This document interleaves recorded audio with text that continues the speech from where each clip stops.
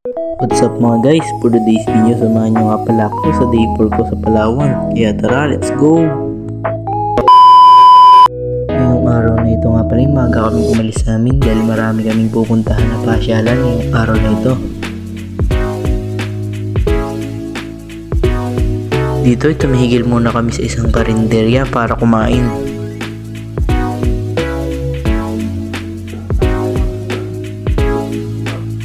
Tapos nga pala kumain ay ito, biyahe na ulit.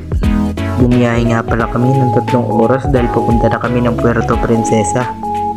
Last day na nga pala namin dito sa Palawan kaya susulitin na namin ang pamamasyal.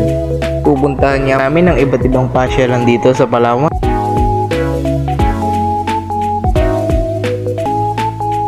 Pagkalipas nga pala ng 3 oras ay nakarating na rin kami sa bahay.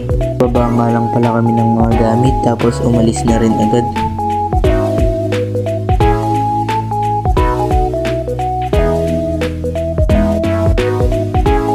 Ito nga ang una naming pinuntahang pasyalan. Napakaganda nga pala ng tanawin dito.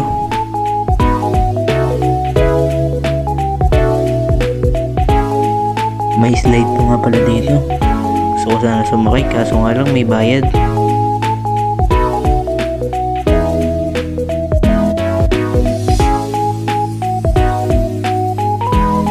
Napakalawak nga pala ng parang dito.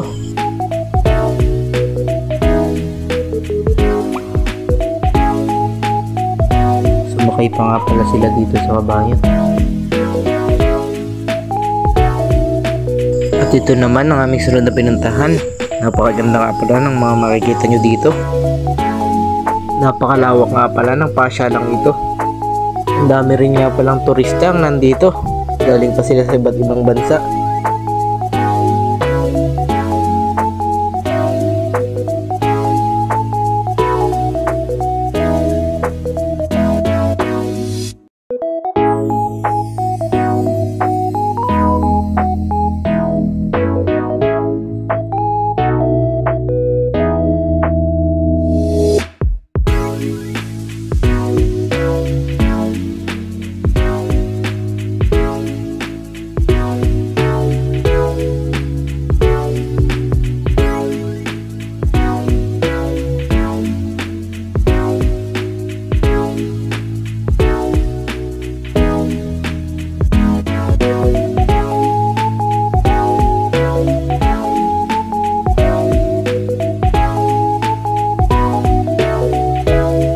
Masasabi kong napakaganda dito dahil dinadayo pa ito ng mga turista.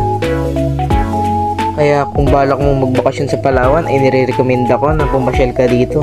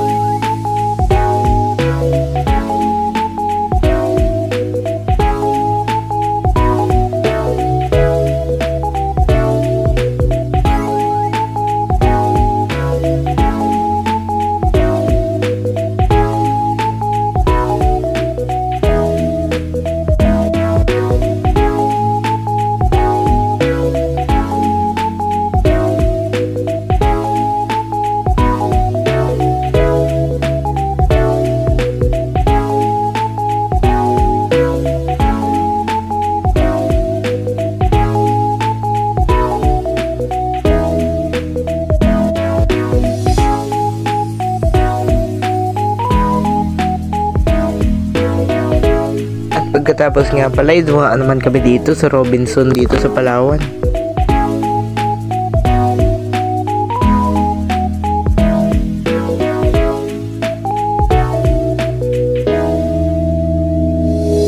Naparito nga pala kami para kumain sa Mang Inasal.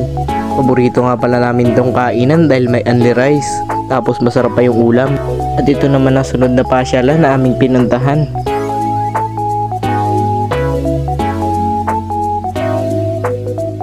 Napakaganda nga rin pala dito, kaya nire-recommend ako din na pumasyal kayo dito kung kayo magbabakasyon sa Palawan. Makikita nyo nga rin pala dito ang iba't ibang klaseng paru-paro.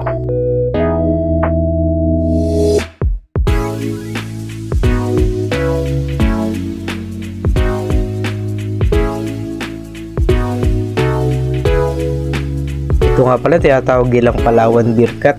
Nahiyain daw ito kaya hindi magpakita ng muka. Sunod naman ay ang Palawan Bearded Pig. Sabi nung nag-guide sa amin, ito daw pinakapoging baboy dahil may balbas.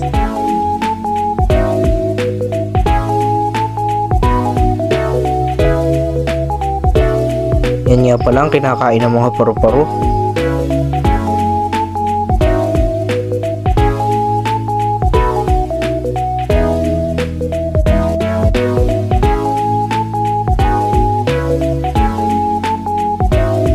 Sunod naman ay itong mga isda na kumakain ng dumi sa kamay.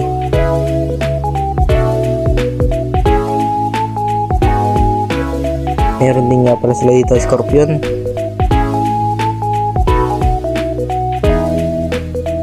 Meron din mga millipedes.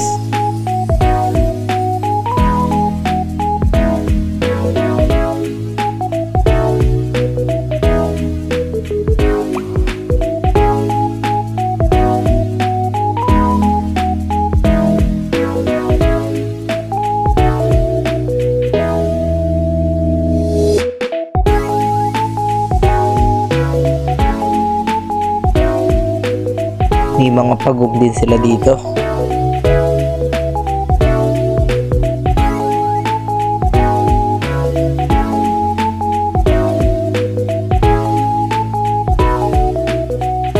At itong saltwater crocodile na ito.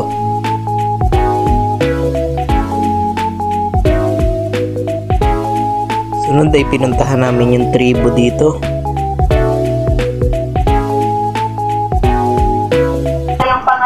Palawan tribe from southern part ng Palawan. So since 1976, different families sila. Yung mga pumupunta at bumibisita, so some of them, nag-stay po sila gamit nila, pangbuhat ng kanilang tragang tulad po ng kanilang pagsi. Kapag ito po ay napupuno na, tinatalian nila itong pinakaharapan para yung mga nilalagay nila ay hindi malaglag.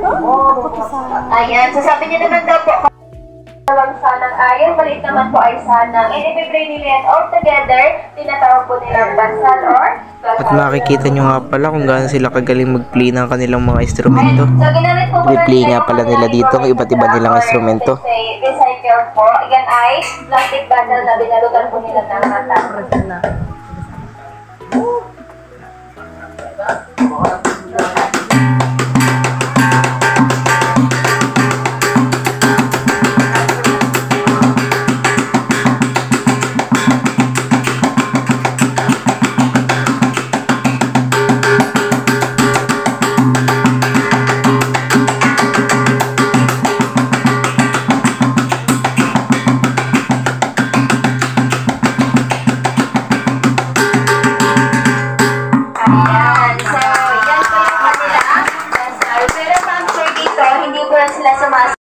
Ito yung tinatawag natin kudyate, sa kanila naman po ay kudluman.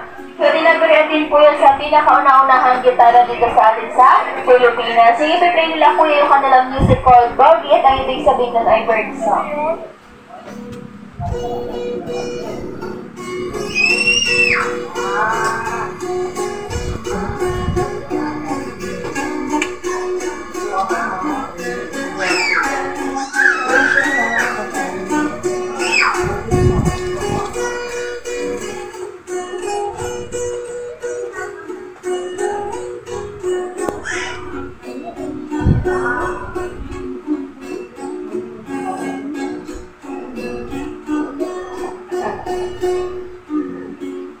Okay, so yan po yung kanila Beckett song. And next ma'am sir, meron naman silang arrow ding. So yung arrow ding po nila is gawa sa wall palm. Sa pinakaitaas, naglalagay sila ng beeswax for adjuster ng sound. So gamit naman yung vibration ng bibig nila, kaya po nilang gumawa ng tunog.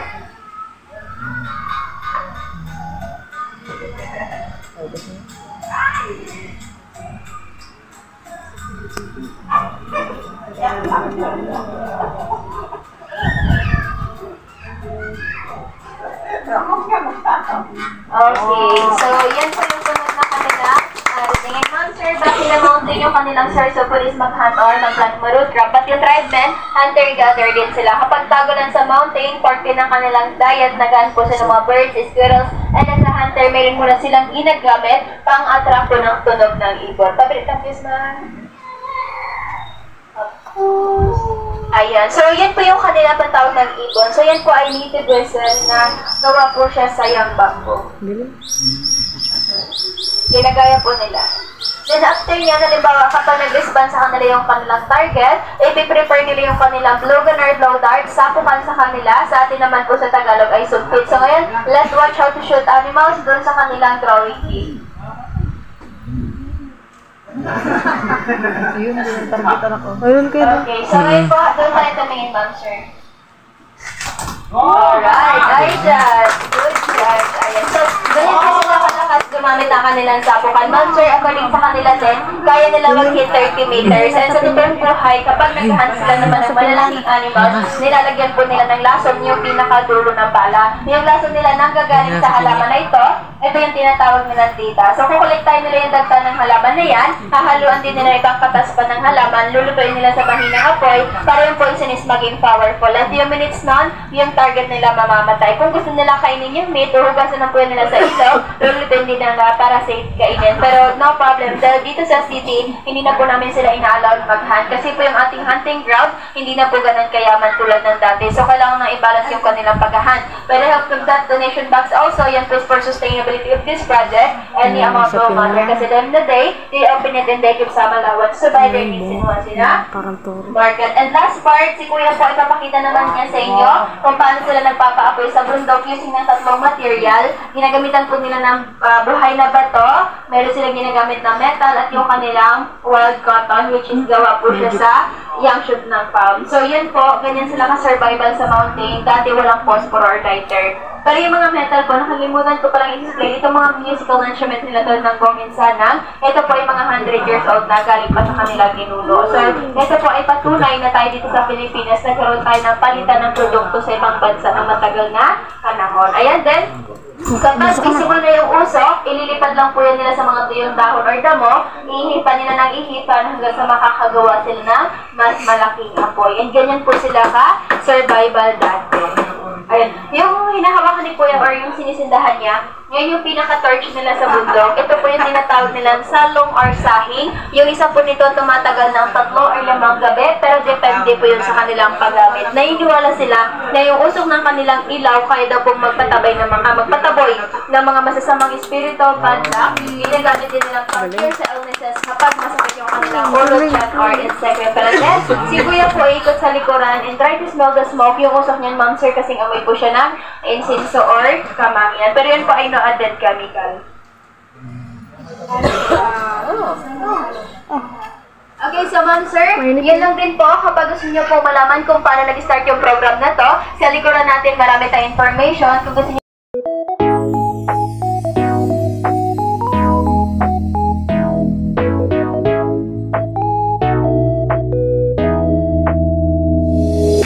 alaga nga rin pala silang napakalahing ahas.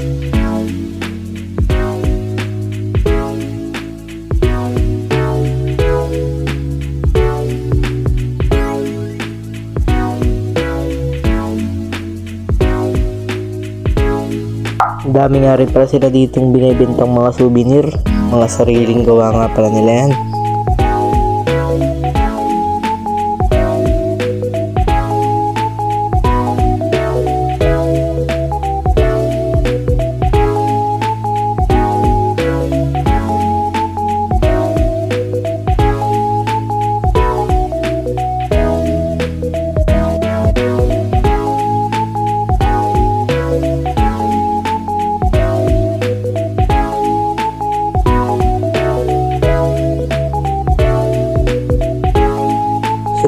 pinuntahan ay itong tabing dagat. Napakaganda nga din pala dito at napakaraming turista. Napakarami ding bangka dito. At napakalaking barko. Ngayon nga lang pala ako nakakita ng ganito kalaking barko.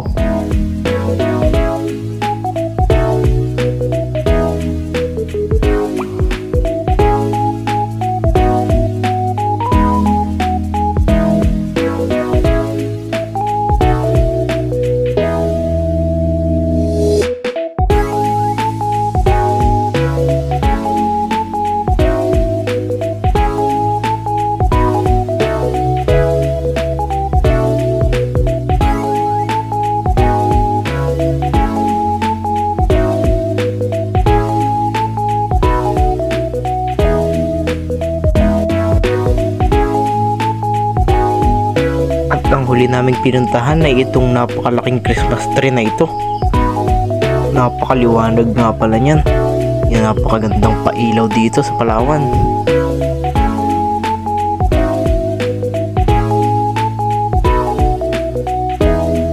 Sobrang laki talaga ng Christmas tree na ito.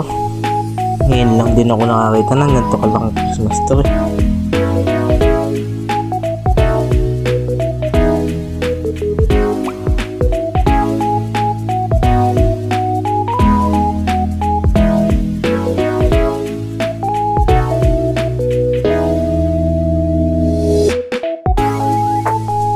Katabi nga pala ito ay napakagandang mga fountain.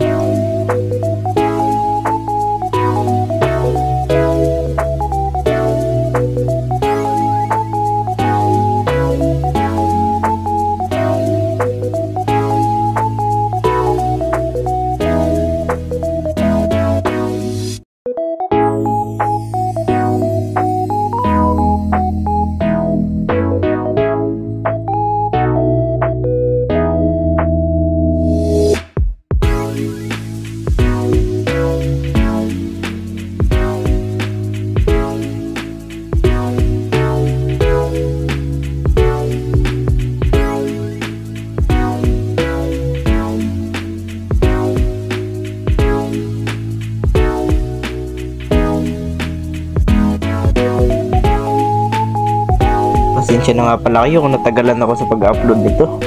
Napakahaba nga pala ng vlog na to kaya natagalan ako pag i-edit nito.